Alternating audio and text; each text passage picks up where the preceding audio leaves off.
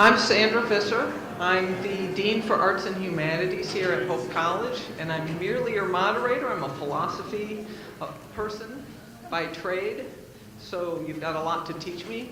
As an administrator, I think I'm your target audience for this next section.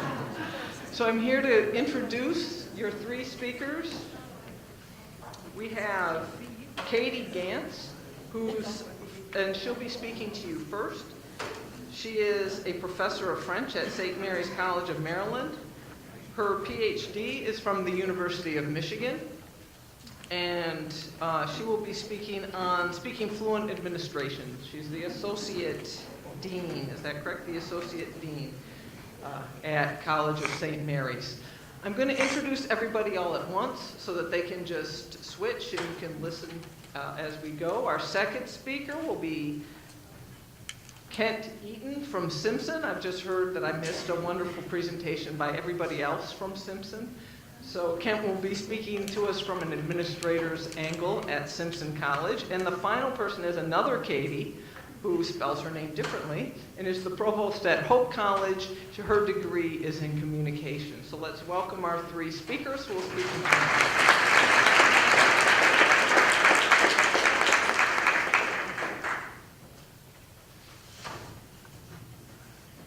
Hi, everyone.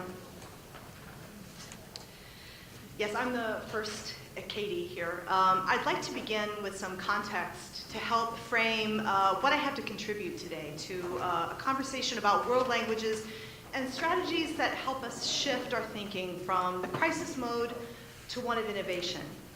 I've been really fortunate to work in a whole range of world languages programs. As was just mentioned, I got my PhD in French at an R1 university, not far from here, actually.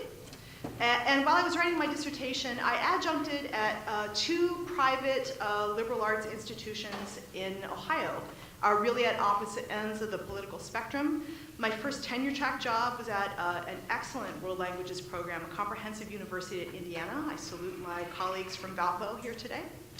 And in 2005, I made the jump to St. Mary's College of Maryland, which, despite the name, don't be confused, is a public institution. It's public, liberal arts, and honors, which is a fairly unusual beast.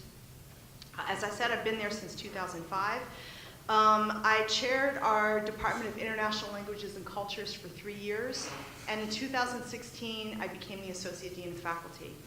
All this is to say that these experiences at a range of institutions, different sizes and settings, has given me the opportunity to compare the way that institutions approach change.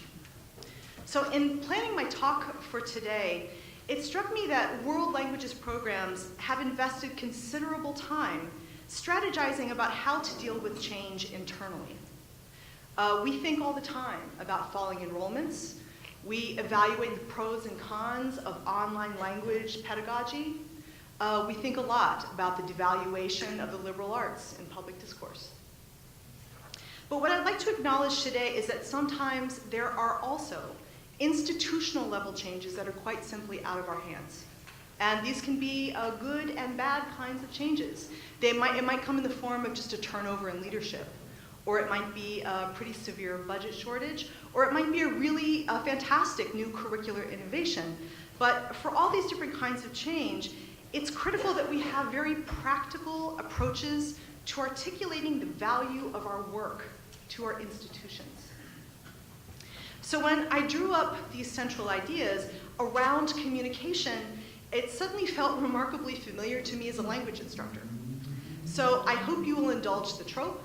What follows today are steps to speaking fluent admin.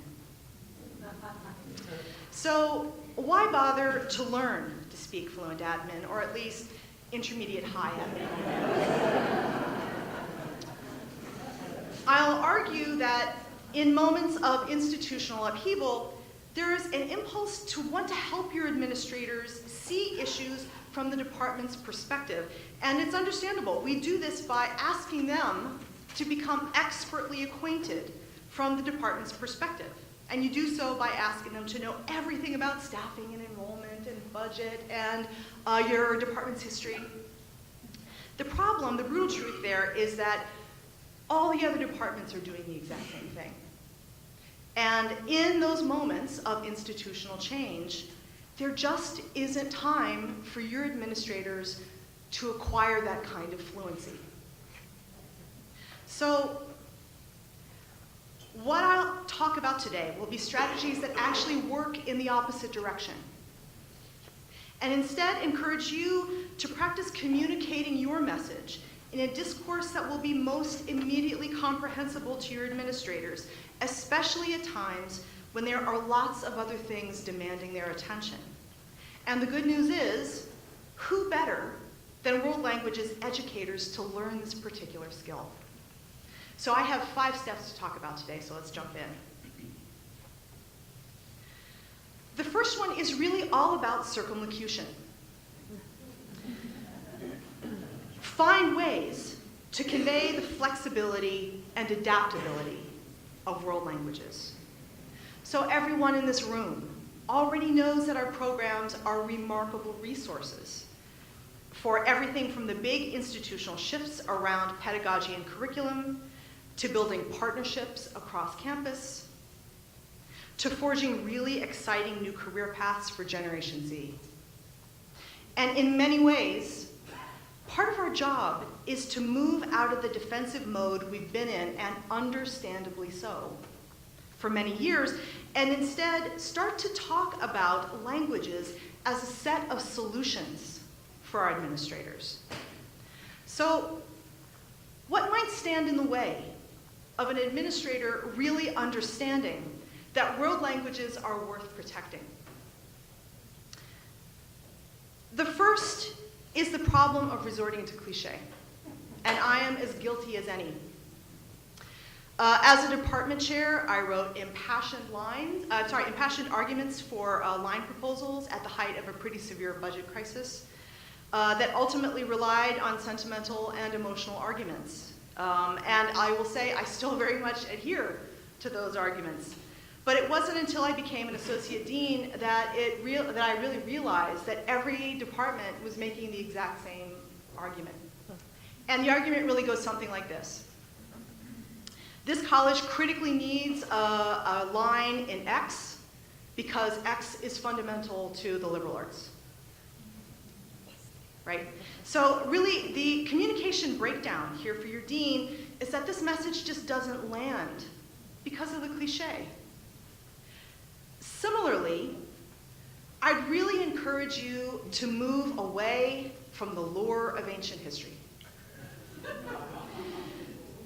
Resist the temptation of reminding your administrators about past indignities and lost lines, all the old wounds that you and your colleagues know intimately, and to really be honest, your admin just cannot spare time for when pressed with really difficult decisions. And just to be practical, you are far more likely to get your dean's focus and attention when you can stay squarely in the present and come to your dean with solutions and ideas and options. And I want to take a second to say a word here about the issue of niche arguments. And here's what I mean by that. The approach of world languages 20 years or even 10 years ago was really to build a case around the rarefied properties of world languages, to showcase the singularity and specificity of those skills. So that is, take French because it's the official language of diplomacy. Or we have to keep German because any serious philosophy student will need German. But we are losing that discursive argument with our administrators and also with our students, because research overwhelmingly shows that our students will have at least 2 careers, not 2 jobs, 2 careers in their lifetime, right? So the practical and ethical way to structure higher education is no longer with niche professional training. So to return to the idea of flexibility and adaptability, your administrators are eager to be introduced to the new vocabulary around world languages that will help them understand the numerous paths that our graduates will take. So many of them will glaze over when you use the word globalization. But they do not yet know the language of localization, or international sustainability, or language justice, or global health. These are productive and powerful pairings with many of the most robust programs that are already on your campus. And what's best is that world languages aren't an afterthought in these programs. These are fundamental building blocks of all of those programs. So step 2 asks you to practice your reading skills. You need to make sure that your department can draw, and I mean your department, can draw on current conversations in the field to inform how you collectively understand the issues. And this can't just fall to the chair, and it can't just fall to your department senator to be the person to engage with stakeholders. You actually don't even all have to perfectly agree. That's fine too. But to have talking points, to have fresh ideas, to understand the debates is really powerful to stay relevant for the next time one of you should find yourself at a lunch next to a Board of Trustee member. That's really important to have those talking points available. And there are all kinds of great articles to be mined in the Chronicle, the PMLA. There are lots of places you can go to find whatever is most relevant for your department. These are just 2 starting points of many. Alain-Philippe Durand's great article, A Certain Tendency, argues that we have done ourselves a disservice by overemphasizing the linguistic element of our programs to the detriment of all the other skills that we teach. So writing, critical thinking, tolerance of ambiguity and nuance, navigating metaphor, comfort with cultural difference. So these are skills that transfer to any job. So he has this great point that somehow if language majors wind up with a paying job where you don't use your second language skills daily, that's read as a failure, which is nuts, right? And he also says that who would look at all of our poli-sci grads and expect them all to become senators? Right? Yeah, right?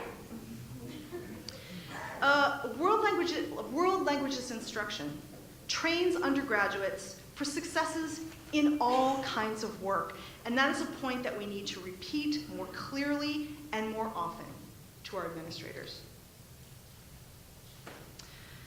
The second piece, the Martinez article, let me see. Against Medical Spanish is an excellent piece, and this returns to Lee's point from this morning, that asks some hard questions about how world languages has inadvertently made a path into the professional fields that has led our institutions to believe that survival language skills are enough. And what we actually need to now push for is more immersive, culturally contextualized language skills in all of those professional fields to best serve our communities. It's a fantastic article. I really recommend it. Okay, step 3. No matter what kind of good or bad changes your institution is undergoing, the lingua franca in every office is enrollments. So I'm going to curb my usual impulse to talk about building course enrollments, and I instead want to first talk about admissions. Your admissions office has the ear of your administrators.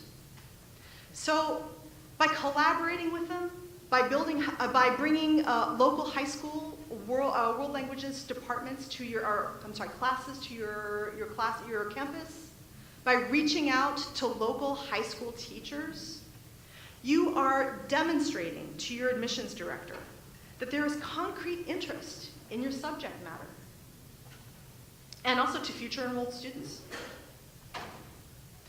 Also, work with admissions to make sure that you have a very clear understanding of what kinds of language study your incoming students will be arriving with. So just let me give you a working example. Let's say that your board of trustees has noticed that there are low enrollments in your German classes.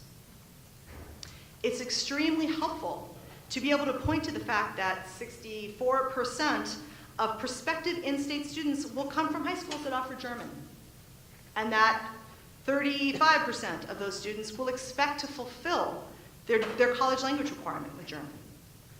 It's also really important to be able to know what languages your peer and peer aspirants are offering, if there is some question, if you intend to cut that language. Also, you need to be able to work with your registrar. Be ready to tell your provost about how you've cleared a path to seats in your classes for transfer students. Working locally with your own department, you can chart out onboarding for your majors and minors. And then more broadly, you could also team up with your administration to work on articulation agreements among your colleagues by partnering at local community colleges. In all these different examples, you're communicating how world languages speaks to building enrollments. Step 4 is short and sweet. You have to have numbers to talk numbers. So when your question involves a budget request, the discourse is predetermined for you. Save everyone time and energy and go short on poetry, long on numbers. Because that will help them inform those decisions. Everyone is going to need those numbers. Make it easier for your provost to say yes by coming to the conversation equipped with the square footage of the room in the library you want to convert, or the course enrollments, or the budget, or whatever is central. And just a few notes here about how to really frame that conversation about numbers and data. Sorry, I'm losing track of my pages here. So ideally speaking, find ways to relate your own numbers in a concrete manner back to your institution's strategic plan. In that way, you are building a stronger argument when you are proposing less discipline-specific goals, and instead supporting more institutionally universal objectives. But if your institution is indeed in a moment of real turmoil, if things are just bad, I really like this reminder from Jeffrey Buller, who lays it all out. When there just isn't a well-designed strategic plan to hang our hats on, the budget is the strategic plan. Wiser words were never spoken. If you find yourself in a moment of economic crisis at your institution, be willing to work within the limits the budget requires. There is no quicker way to alienate your admin than to make a really unrealistic budget request at a moment when finances are tight. And finally here, if you're putting together a hiring proposal, I've said two things, sorry. If you're putting together a hiring proposal or an annual report, resist the urge to sweep less than flattering data under the rug, because the truth is, your admin has the same data you do. So it really behooves you to be upfront. This is also my moment to remind you to send flowers and cookies to the people in IR. They are your best buddies at this particular moment. They can make your work so much easier. And instead of trying to track this stuff on your own, IR are really the people that you should be partnering with from the beginning when you work with numbers.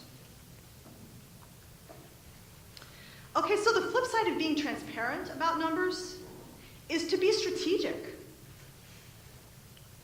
Don't hesitate to highlight numbers that will resonate for all parties.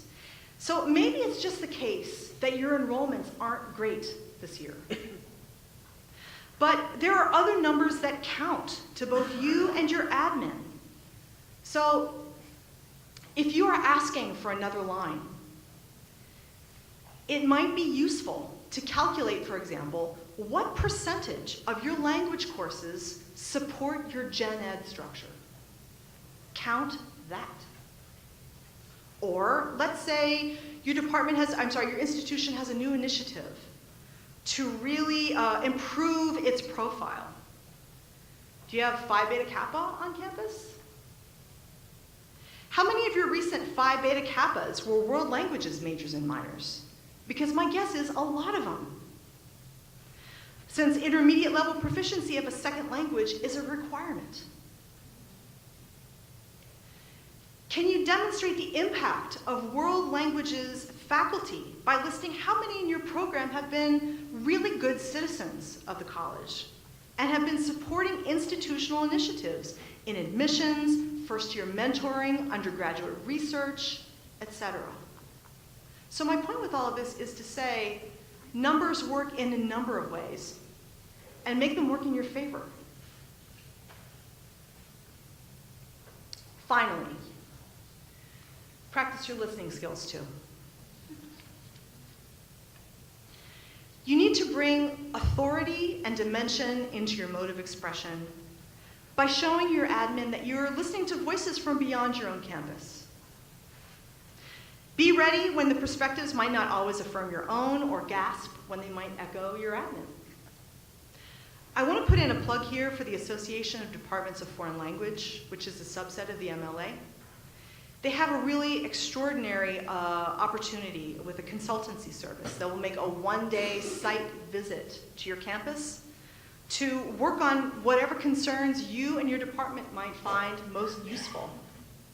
It's really both a kind of an analysis and also an advocacy tool. It's more informal than an external review, but it does produce a report that's something you can share with your admin if you so choose. You pay travel and lodging, and ADFL will pay for the stipend. If you're looking for buy-in on some serious overhaul of your curricular structure, participate in any of the excellent teaching and learning conferences and workshops, both nationally and by language, to help spark new ideas and to help make the case for curricular innovation. And finally, look to national and discipline-specific organizations like the MLA and the AAC&U for language on best practices and national standards on things like assessment and workload and hiring practices. These organizations all have stuff online that are very easily searchable and that you can just package and download to your admin as you need. So, home stretch. To review then, we've walked through 5 steps toward a new approach to communicate with admin in times of institutional change. And really the common thread here is to speak your admin's own language, to reflect back the modes of expression that they're comfortable with, and thus will be that much more likely to relax and really listen to when you need to articulate your ideas. All of these efforts signal that you're eager to be a partner and part of the institution's path forward. And once the waters are calmer, make sure you find time to check in with your administrators. It's helpful to ask informally if there are ways that they actually prefer to engage. Do they like their emails and bullet points? Do they prefer a memo format? Are they a charts and graphs kind of person? Or do they actually really rather have a quick face-to-face? That's really useful information for you. And once they better understand your message, they're more able to listen to you. And speaking of listening, I really welcome your correspondence and your feedback. I'm eager to hear your questions and comments in the Q&A a little bit later. And I'm interested to hear the strategies you've used to communicate with the stakeholders in your own institutions. Thanks very much for your time today.